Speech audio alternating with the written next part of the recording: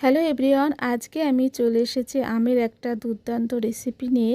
তো আজকে যে রেসিপিটা শেয়ার করব, এই রেসিপিটা কিন্তু ইউটিউব খুললে অনেক দেখা যাচ্ছে। তো আমিও ফাইনালি এই রেসিপিটা করে ফেললাম।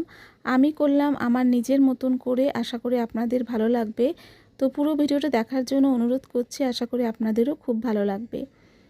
তো আম নিয়েছি এখানে 4টে আম রেসিপিটা করার জন্যে।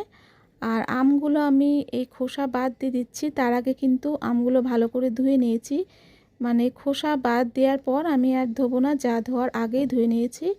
এবার খোসাগুলো বাদ দিয়ে ফেলে দিলাম। দেখুন একটা আম আমার খোসা ছাড়ানো হয়ে গেছে।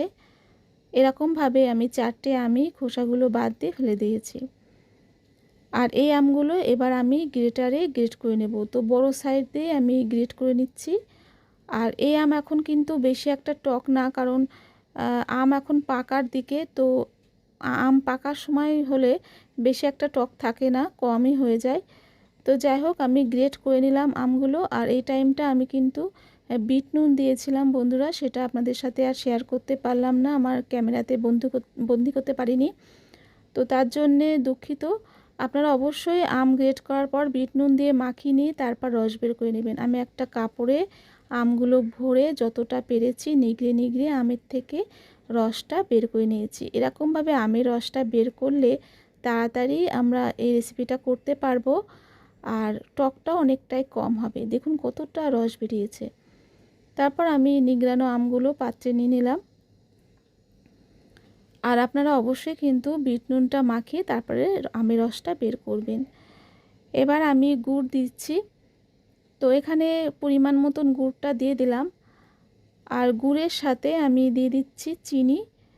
3 চামচ মতন এখানে আমার চিনি আছে। আপনারা চাইলে এই পুরো রেসিপিটা শুধু গুড় দিয়েও করতে পারেন অথবা চিনি দিয়েও করতে পারেন। তো আমি দুটো মিশিয়ে করলাম। চিনিটা অনেকটা কম দিয়েছি গুড়ের তুলনায়, কারণ গুড়ে একটু মিষ্টিটা কম হয়, চিনিতে একটু বেশি হয়। তো সেই জন্যে দিলাম যাতে তাড়াতাড়ি ভালোভাবে মিষ্টিটা হয়। তো যাই হোক, এবার আমি আমের সাথে সব কিছু মাখিয়ে নিচ্ছি। এই গুড় আর চিনিটা মাখিয়ে নিয়ে আমি কিন্তু রেস্ট দিয়ে রাখবো না, সঙ্গে সঙ্গে করে নেব, কারণ যখন আমি কড়াতে এই আমটা দেব তখন কিন্তু সব কিছু মেল্ট হয়ে যাবে। তো রেস্ট দিয়ে রাখার কোনো দরকার হয় না। তো এবার আমি কড়াইতে আম মাখাটা দিয়ে দিলাম। আর দিয়ে নাড়াচাড়া করতে হবে প্রতিনিয়ত, গ্যাসের ফ্লেমটা লো রেখে, না হলে কিন্তু মানে গুড়টা পুড়ে যাওয়ার ভয় থাকে। তো সেদিকে একটু খেয়াল রাখবেন যাতে গুড়টা তাড়াতাড়ি পুড়ে না যায়। একটু ধৈর্য রেখে কাজটা করতে হবে। আমরা যেমন নাড়ু করি নারকেলের, ওরকম টাইপেরই কিন্তু করতে হয়। আপনারা কিন্তু চাইলে এতে কোনো মশলা দিতে পারেন, ভাজা মশলা। আমি এখানে শুধু এলাচ দিলাম, 2টো এলাচ আমি সেটাকে ফাটিয়ে নিয়ে দিলাম, ফ্লেভারটা ভালো আসবে। ঠিক যেমন নাড়ু করে আমি এই খাবারটাকে পুরো প্লেন রেখেছি, আপনারা চাইলে যে কোনো মশলা দিতে পারেন। আমি একদম সিম্পল রেখেছি পুরো নাড়ুর মতন। তো দেখুন নাড়তে নাড়তে কিন্তু অনেকটা শুকিয়ে গেছে গুড়টা, একটু আঠালো মতন ভাব এসছে। আর এই যে আমি নাড়ছি এটা কিন্তু পাকের একটু কম রাখবেন, তাহলে কিন্তু সুন্দরভাবে নাড়ুগুলো করা যাবে। আর বেশি যদি পাকের হয়ে যায় সেক্ষেত্রে কিন্তু নাড়ু করতে একটু অসুবিধা হবে, বেশি শক্ত হয়ে যাবে, চিট হয়ে যাবে। তো সেইটার জন্য খেয়াল থাকে। তো দেখুন এখানে কিন্তু আমার পাক হয়ে গেছে, মানে গুড়টা অনেকটা আঠালো মতন হয়ে গেছে। আমি আর 1 মিনিট মতো নাড়াচাড়া করে এটাকে কিন্তু নামিয়ে নেব। তো দেখুন এখানে কিন্তু আমার একেবারে পাক হয়ে গেছে, এর থেকে আগে নামালেও আমার খুব ভালো হতো। তো যাই হোক, এবার আমি এই আমের পুরটা পুরো নামিয়ে নেব, কারণ এটা কিন্তু হয়ে গেছে। এর থেকে যদি বেশি আমি ফোটাই আমাদের কিন্তু নাড়ু হবে না, শক্ত হয়ে যাবে। তো আমি এগুলো একটা থালাতে নামিয়ে নিচ্ছি যাতে তাড়াতাড়ি ঠান্ডা হয়ে যায়।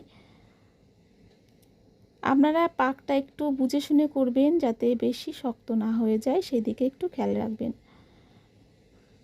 তো আমি নামিয়ে নিলাম আর একটু পাতিয়ে নিচ্ছি যাতে তাড়াতাড়ি ঠান্ডা হয়ে যায়। এটা কিন্তু গরম গরম পাকাতে হবে। তো একটু গরম গরম আমি একটা চামচের সাহায্যে নাড়ুর মতন আকার নিয়ে পাকিয়ে নেব। আর এইগুলো মানে গুড়টা খুবই গরম, আমি হাত দিতে পারছিলাম না, এতটাই গরম। অন্য কিছু হাত দেওয়া যায় কিন্তু গুড়ের গরম জন্য হাতে সহ্য করা যায় না। কিন্তু তাও আমি গরম গরম নাড়ুর মতন পাকিয়ে নিচ্ছি। কারণ এই নাড়ুটা একদম গরম থাকতেই পাকাতে হবে, সেই জন্য আমি একটু গরম গরম পাকিয়ে নিচ্ছি। আপনারা একটু হাতে জল দিয়েও পাকাতে পারেন, তাতে সুবিধা হবে। তো দেখুন পুরো নাড়ুর মতন হয়ে গেছে আমের নাড়ু। এরকমভাবে নাড়ু করতে পারেন, ঠিক যেমন নারকেল নাড়ু করে এরকমভাবে।